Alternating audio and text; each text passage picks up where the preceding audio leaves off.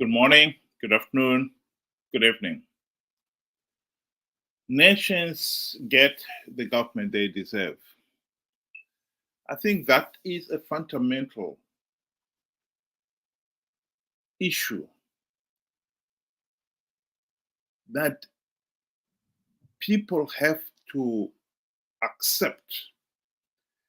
It's an empirical statement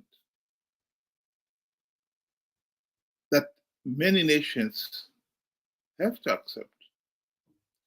Many of us refuse to accept it, but that doesn't change the reality.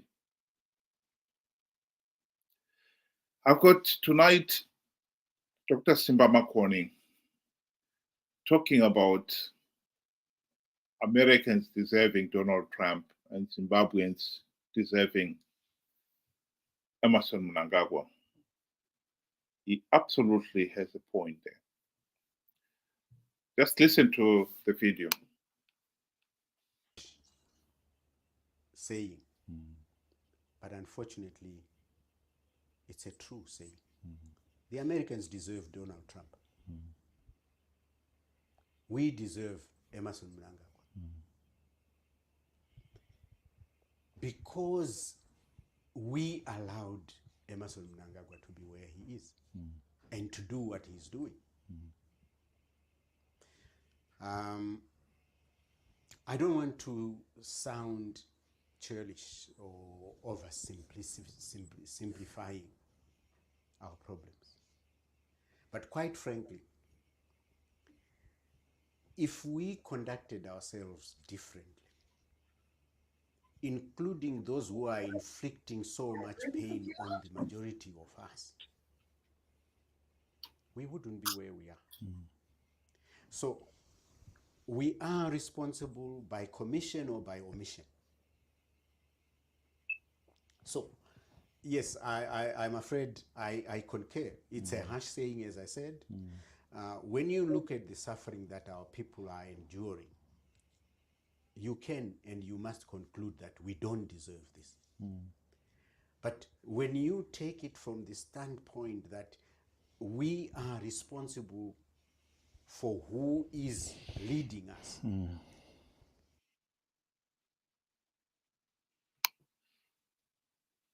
Well, he has a point there. We cannot pretend that we are masters of our own destiny. And yet, when push comes to shove, we always shy away from taking responsibility. Whether Zimbabweans were ready for independence in 1980 or not, that has now become irrelevant. We did gain our independence in 1980. And yet, 44 years later, Zimbabwe is a failed state. And the number one reason for it, we have failed to stop Zanu PF imposing itself on the nation. Zimbabwe is a pariah state ruled by corrupt, incompetent, and murderous Zanu PF thugs.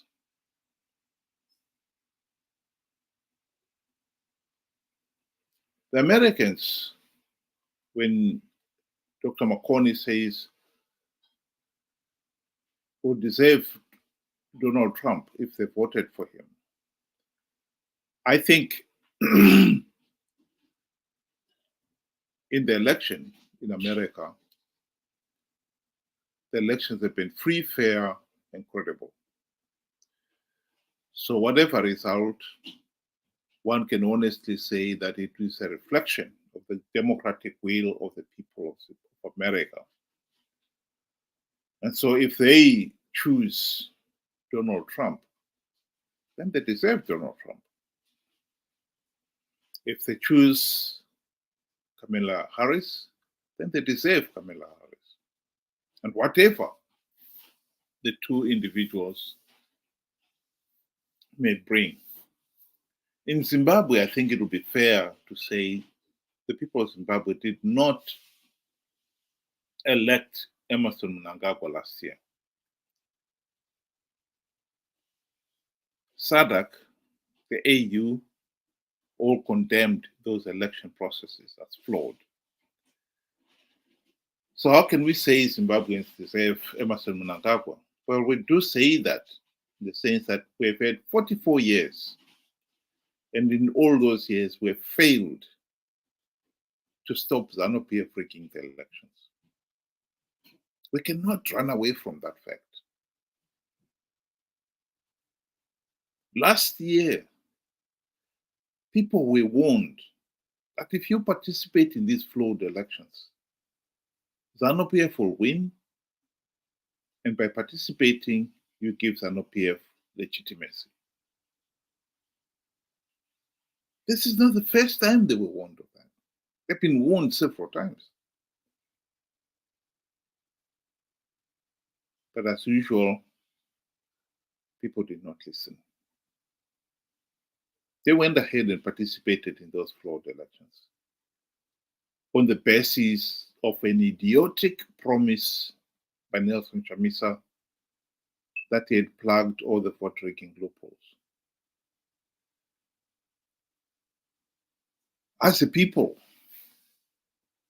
44 years after independence, in this day and age, there is absolutely no excuse why the overwhelming majority of Zimbabweans out there do not understand what constitutes free, fair, and credible elections. And yet, millions do. If they had appreciated it, they would have been the one insisting that we should have democratic reforms to make sure that elections are free, fair, and credible. What is the point of coming up with the rules of the do's and do not to ensure elections are free, fair, and credible if you're going to ignore those rules? And Zanu PF has been riding roughshod over those rules. It is our responsibility to make sure that those in power are held to account. We have not done our bit.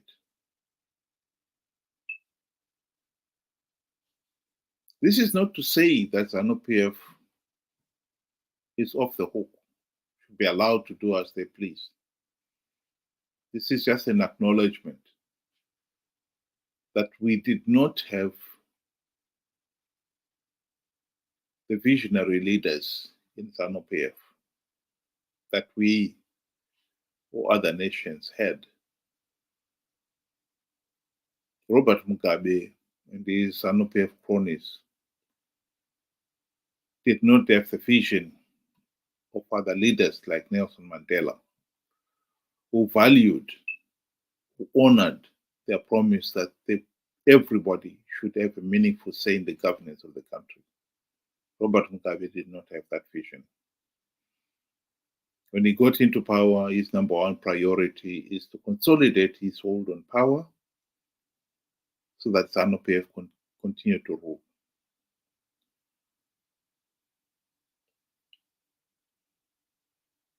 The people of Zimbabwe, it took them nearly 20 years to accept that Zanu PF was a corrupt and incompetent and tyrannical regime. The choice then was, what are we going to do about it? The answer was, we could either go back to another armed struggle, because Zanu PF was not going to give up power without a fight. Or we could risk everything to elect opposition leaders whose number one task would be to implement democratic reforms to make sure that every citizen has a meaningful say in the governance of the country. That was the route. And that was a wise choice. But it's amazing that the number of ordinary Zimbabweans who seem to have failed to appreciate that point. Even now, MDC CCC leaders were elected to implement the democratic reforms to stop Zanu PF rigging the elections. They had the golden opportunity to do so during the GNU of 2008 to 2018. They failed to implement even one token reform in those 5 years because Mugabe bribed them with the trappings of high office, and they forgot about the reforms. Why millions of Zimbabweans out there have failed to comprehend that simple historic fact beggars belief. Even now, with the benefit of hindsight, there are Zimbabweans out there who still do not understand what the GNU was all about. Well, life is tough. If you do not take the trouble to understand something as basic as that, then you pay the price. Nelson Chamisa and company failed to implement even one reform. And ever since the GNU, they've been participating in flawed elections to give Zanu PF legitimacy out of greed. Why 2 million Zimbabweans were conned into believing that Chamisa had plugged all the vote rigging loopholes last year, for instance, beggars belief, and yet they did. So I totally agree with Dr. Simba Makoni that we in Zimbabwe, as much as we can say, well, we did not elect Mnangagwa, he rigged the elections. We still deserve him, because if we had not participated in our millions, Zanu PF would have been denied political legitimacy. So we deserve him. What is more, we are looking at now 2028. Believe you me, that is not very far to go now. 4 years is nothing. And already Nelson Chamisa is coming out of his sabbatical. He's going to relaunch his Blue Party, and he's going to tell his millions of followers that this time he's going to win those elections,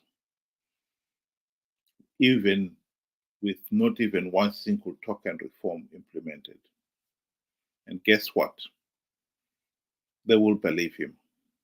They will participate in the 2028 elections without even a single reform implemented. And in this circumstance, SADC will turn a blind eye to Zanu PF rigging the elections. And we'll be back where we are today, with another Zanu PF dictator in power. And would have participated in a flawed process to give that Zanu PF regime legitimacy out of sheer stupidity. It is stupid. There's no denying that it is stupid. How can you participate in an election process which is so flawed, so illegal, that Zanu PF is bound to win them? And by participating, you're giving Zanu PF legitimacy, and thus perpetuating your own suffering. That is stupid. Doesn't matter how you want to put it. Yes, the Americans will get the government they deserve. And by the same token, Zimbabweans will get the government they deserve, even if the elections are rigged.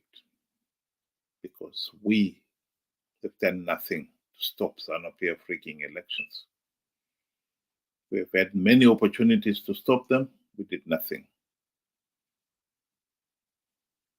I believe we can stop them in 2028 if we can stop this Chamisa Chete Chete brigade participating in these flawed elections. But that, I'll be the first one to acknowledge, it's a mountain too far, a bridge too far, because we have got 2 million plus Zimbabweans who are so naive, so gullible, they will believe even the most idiotic lies from Chamisa, and they will participate. At the end of the day, they participate, give Zanu PF legitimacy, and we will all suffer, as we are already suffering. Thank you very much for joining me this evening, and I hope you'll be able to do so again tomorrow. Have a good day.